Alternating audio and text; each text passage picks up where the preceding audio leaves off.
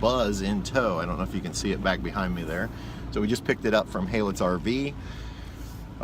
Rick, the service person that I've been working with, says that they totally rebuilt, and I could feel it in there. They put in a whole ventilation system, and he believes it's fixed. The only way we're really going to know is when we travel with it, because that's when it was really acting up. So that'll be coming up in another week when we'll travel. So anyway, thanks to Rick and the crew here at Halitz. They've actually been wonderful to work with. Took about 2 weeks to get it done, but I completely understand because they were working us in. It's a very busy dealership, and so, but like I said, Rick has been wonderful. One of the best service experiences I've had in, I don't know, whatever, it's been 12, 14 years that we've been buying campers and dealing with service centers. So, all right, we'll take it home and let's get you some video, or let's attempt to get you some video. It's a tight space of what they've done, and I'll try to explain the best I can based upon what they've told me and what my paperwork says, so that you know if you are having this problem with your Hummingbird, maybe what you can share with your dealer to try to get your issue resolved. So let's take a look. Okay, so I'm reading the detail sheet here, and basically it says they removed the refrigerator and finished the box baffle that was not completed at the factory. So and then they tin taped and sealed all the gaps around the edges, testing on LP to see if they get it to fail like we had told them about. So anyway, they've actually built some baffling, they've insulated, and they've sealed a bunch of gaps. So let's go take a look at it, or at least attempt to see what they've done. So I've removed the two vents here on the side just so that we can, and I actually got a step stool so I can climb up in here. So the first thing you'll notice, and again, this is a Hummingbird 16FD, so yours may look different, but they have actually sealed with this aluminum tape, or attempted to seal, a bunch of gaps. Okay, this was all open originally from the factory, but they had done this, I think, before we left for the East Coast trip, and it didn't really help. But the big one is down here. This was not here before. This box, this was completely open down below. So they've created some kind of baffling system, or at least that's what they're calling it, and you can see it goes across there. So they've actually constructed it out of, it almost looks like Luan, I'm not sure what it is, and then they taped all the edges. And then we can come down to the lower one, and let's see if we can see up. Yeah, and right there is the lower. Now, again, I'm not really certain what this is going to do, but they're claiming this is going to help ventilate. Now, I'm not, again, I'm no refrigeration expert. Well, I'm not even close to that.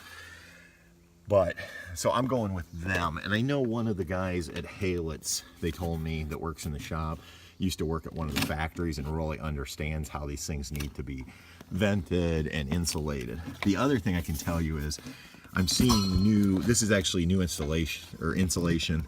You can see the color difference in that. So I know they put in more insulation in some areas. So, and again, we can kind of look down through, but we're not gonna, just because it's so tight. So anyway, they have tested it for, I believe, over 48 hours, and they said it works great. It's getting really cold, but that was never the issue of it getting cold. The real issue that I found was that I could get it cold, but then when we'd start traveling, the pilot light was still lit, it was still burning, but we would start gaining temperature. So we will find out. Next weekend is our next trip, and at this point there's no sense me turning it on just to have it sit here all week, because based upon the testing they did, it's going to stay cold. So we'll just wait till next weekend. We'll get it cold the night before, and then when we start traveling, typically it took about 2 hours of travel time, and we would actually see a rise anywhere from 20 to 30 degrees inside the refrigerator, even with no food in it. And we probably won't put any food in it next week on the trip over to Cuyahoga, just to see what it does. So, all right, there's the update on the refrigerator. I will update you after we have used it and let you know if we actually have it fixed. If you're having this problem with your Jayco Hummingbird, make sure you call the dealer where you bought it, because these are covered under warranty. Let them know, have them watch my videos where we've had the issues if you need to, but let them know. Or they could even call Halet's RV Center in Coldwater, Michigan and ask for Rick, and they can talk to him about the issue that they worked on ours, and maybe it'll save you some time so you don't have to go through all the preliminary testing that we had to get your Norcold refrigerator working if you're having issues. So, all right, you can see I've had the refrigerator on now for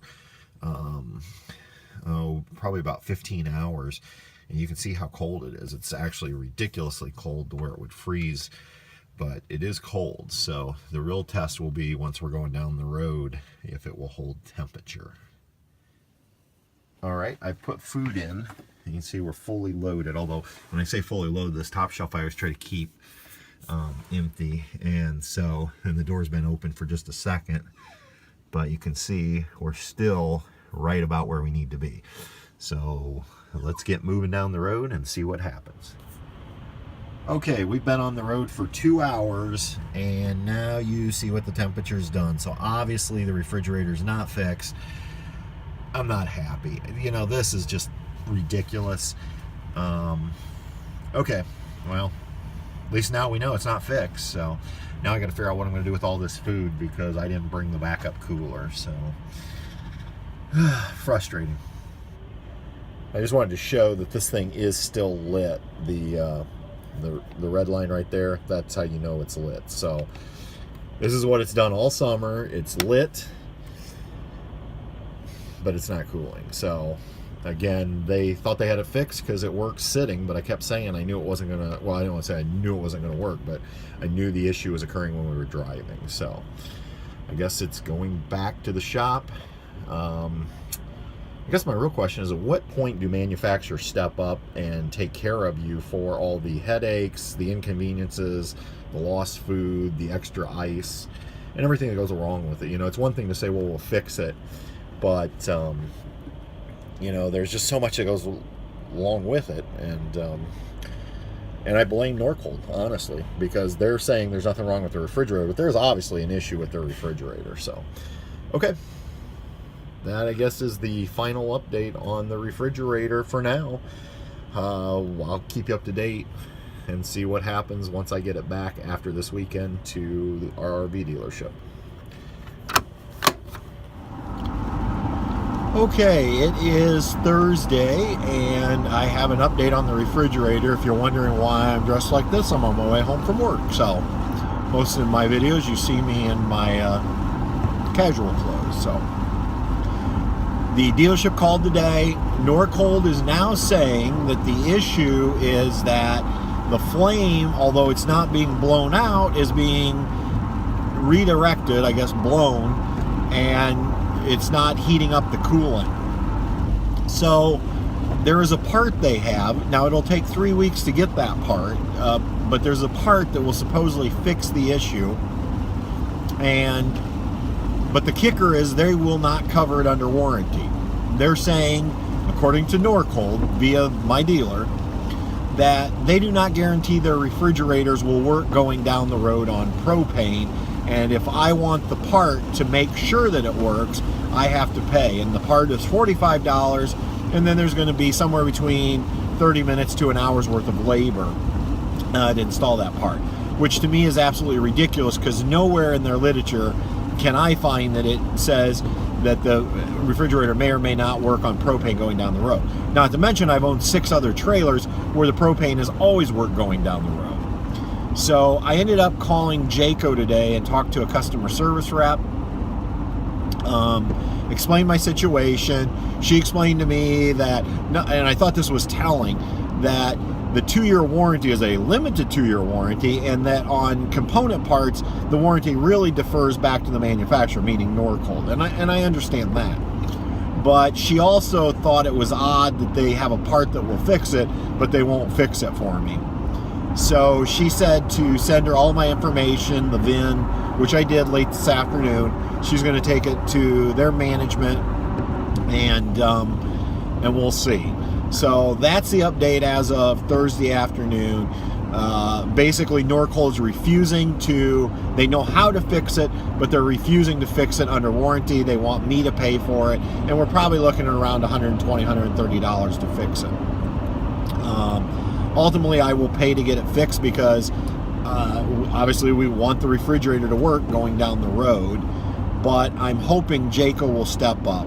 If I don't understand selling a product and not working and knowing that you can fix it but refusing to fix it. So anyway, just thought I wanted to do that quick update for you. Once I hear back from Jayco, I'll get you another update. So stay with us.